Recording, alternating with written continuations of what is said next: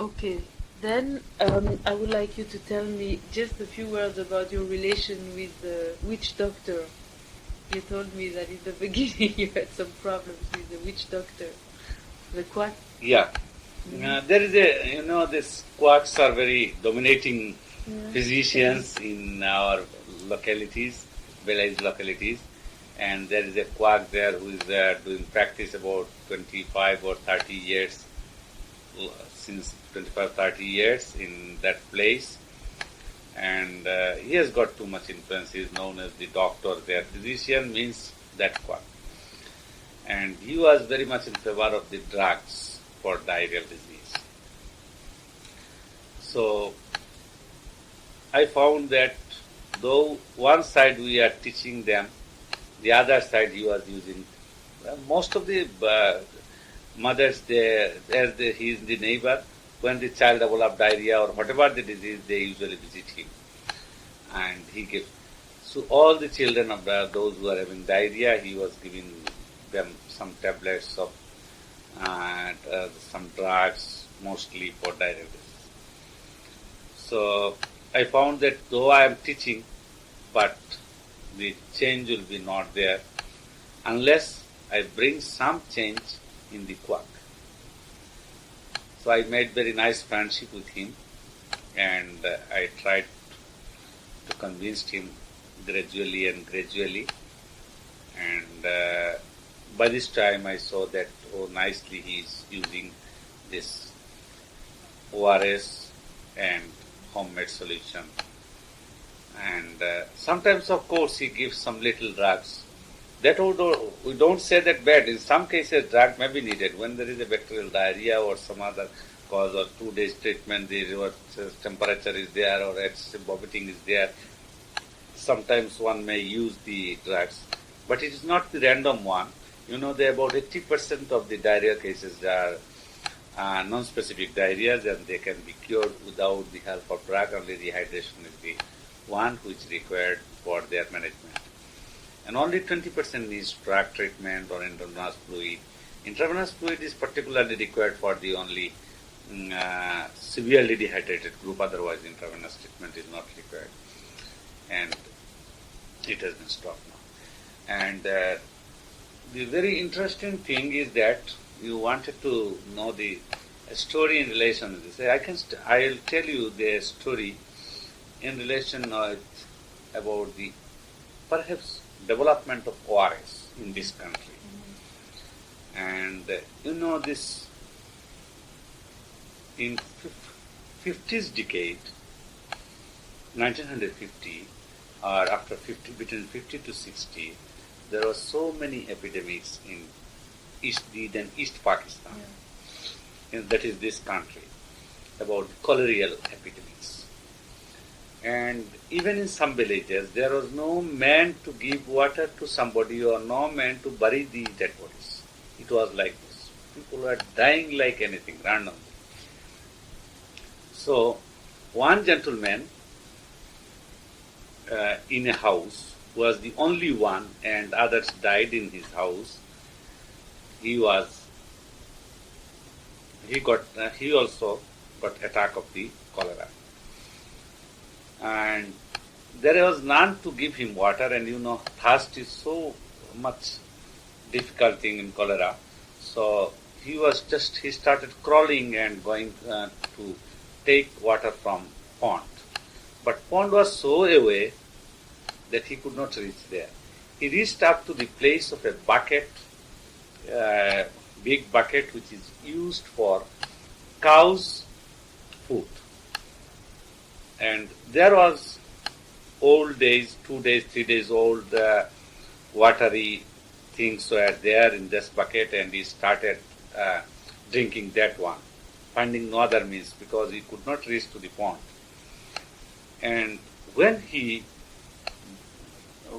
took this fluid, rotten fluid, he found that he is gradually developing better strength in his body.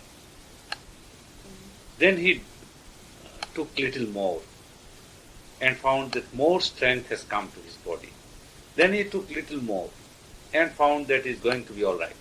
In this way, he started drinking this. And he narrated this story to a sanitary health officer, health inspector, very grassroots level worker, that one. And that health inspector narrated this story to this ICDDRB's one personnel.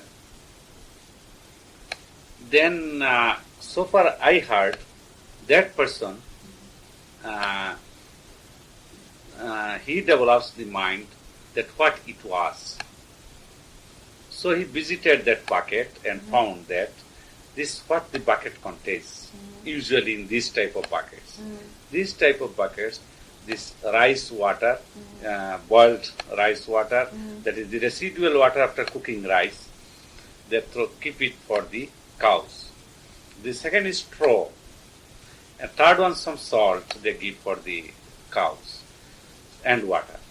So he saw that water is there, some salt is there, and straw is there, and some rice, polished rice is there. So he thought that water is the water and carbohydrate from the rice, and the salt is there, and the fourth one is the some fungus from the straw. Perhaps that fungus may act as an antibiotic. Salt, so this replacement of the salt, water replacement of the water. I heard that this thing, from this thing he gradually developed this ORS in Bangladesh. ORS, the mother of the invention, ORS in Bangladesh. Oh, I see. ICDDL.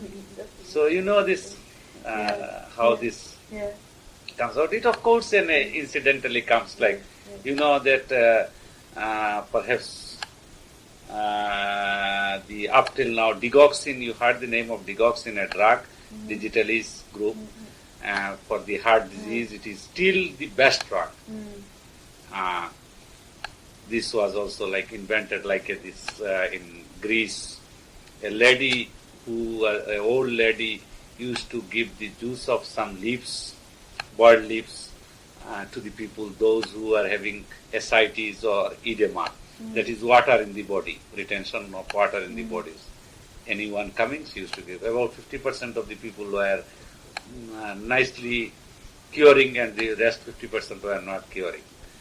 Then the scientist came to that old lady and asked her what it was, and she showed that it is digitalis leaves. And then they found the people, those who are suffering from heart disease and develop the ascites or edema, they are curing, and the people, those who have got the other causes, not curing. So they found, they thought it is the treatment of the heart disease, not the ascites. In this way development, so like this it was developed. Give me just to finish, because then I think we'll have to go. Some words about the witch doctor, the quacks here, and about the specific one you have been talking about. You told me that now he was prescribing ORS. This quack. Yes. He's but in general in the country, where do they learn their practice from, and who are they? Are there many of them? Yeah, man, there is a good network. Yeah. They usually, some quacks, they usually, sometimes they remain with the doctor as attendant, a hospital worker as a ward boy. Some got some training somewhere. In this way, in some drugstore, and they became gradually quacks and doctors, and ultimately they, based in rural areas, they start practicing. And you know, the people get cheap drugs with them, and they try to sell the drugs to them. And in this way, but they are not so not informed so on the modern ones, the changes of treatment, like diarrheal treatment, or all these things. Gradually, government is also giving them training, and they are also customing this aspect. And that doctor, this quack, is Mr. Dash. He is of course very old man, but now he has picked up nicely. One funny thing is that he's nowadays advising the children population to go for the immunization. Oh, really? Yes. And then he knows that perhaps he may be shaken about our popularity, So he's thinking that no, he must have a compromise, so that he can do his practice and we can do our practice. Oh, that's good. Otherwise, we may ruin his practice. So he is nowadays just asking the children population to be immunized.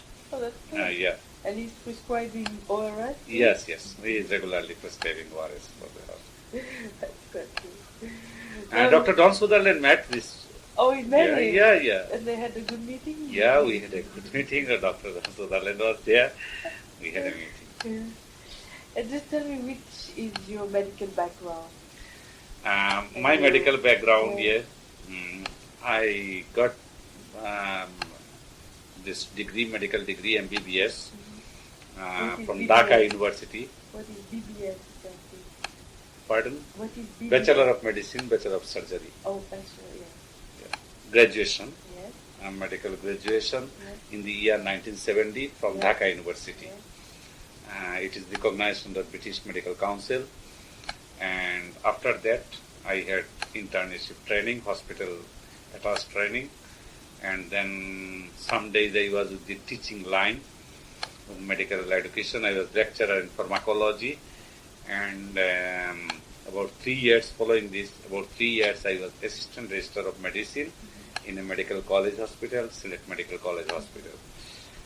And while I was there, I was responsible for the teaching of the undergraduate students, as well as independent management of the whole medical ward under a consultant physician.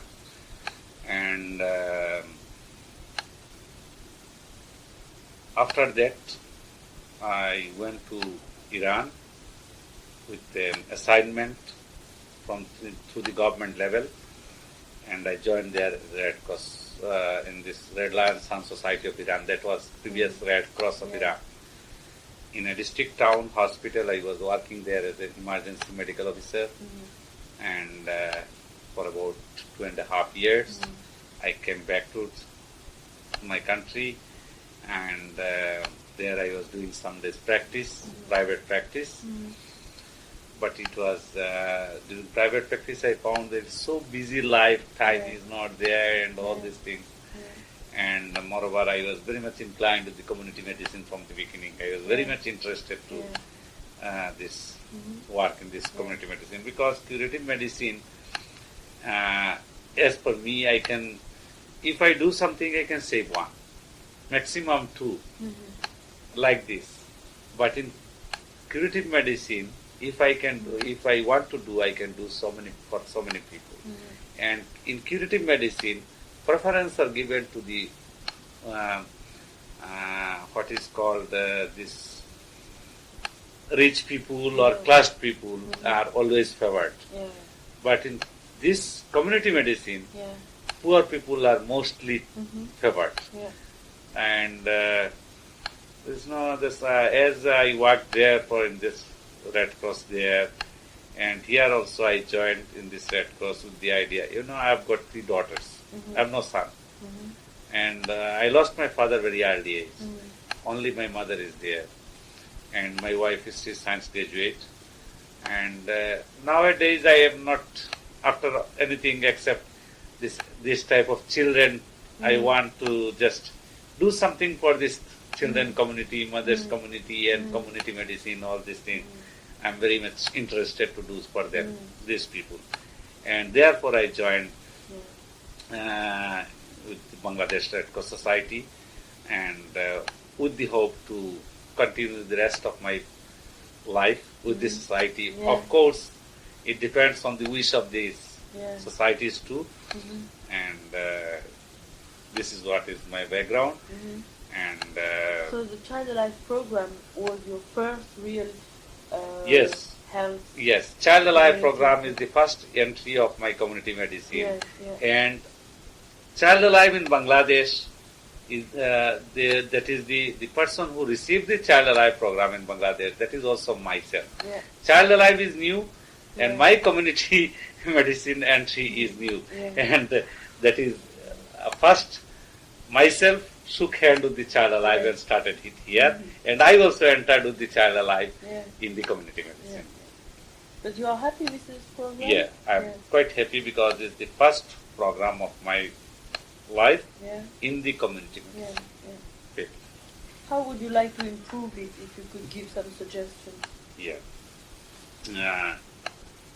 To improve this, my main aim is what is called the immunization program. If we teach some mothers about the diarrhea and all these things, there are so many organizations who are teaching. Mm-hmm. And there are so many organizations who are speaking. Mm-hmm. But I want that something practical should be done. And what practical and how we can save more and more life. And that is what I believe in this immunization program. If we can immunize a majority of the children population, at least we can save children. In one side, we can save the children from death.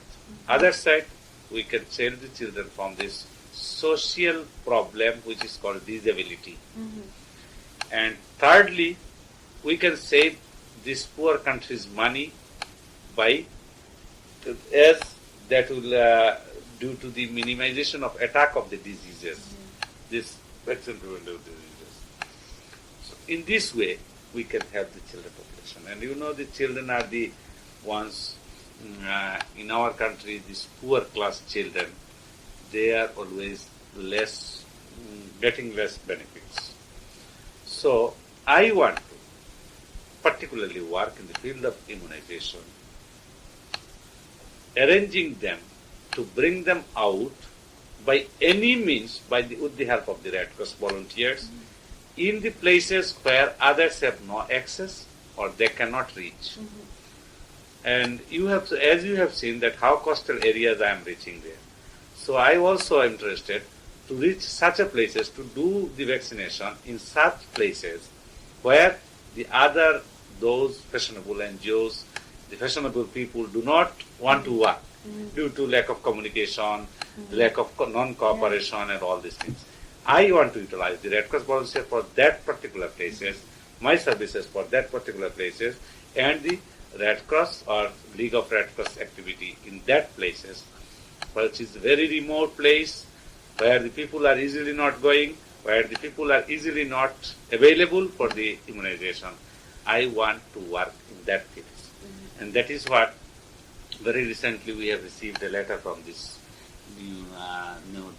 this WHO also there. They have appreciated our program and they told us that we will be very happy if you join your hands in immunization program with the government as well as EPI.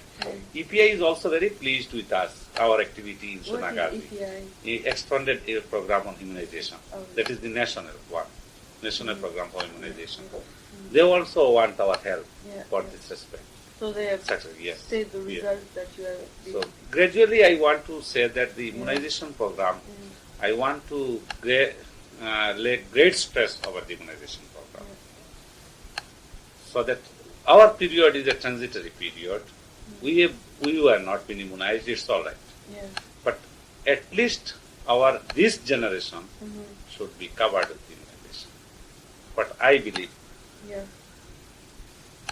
Good. I thank you for all this. I think with that.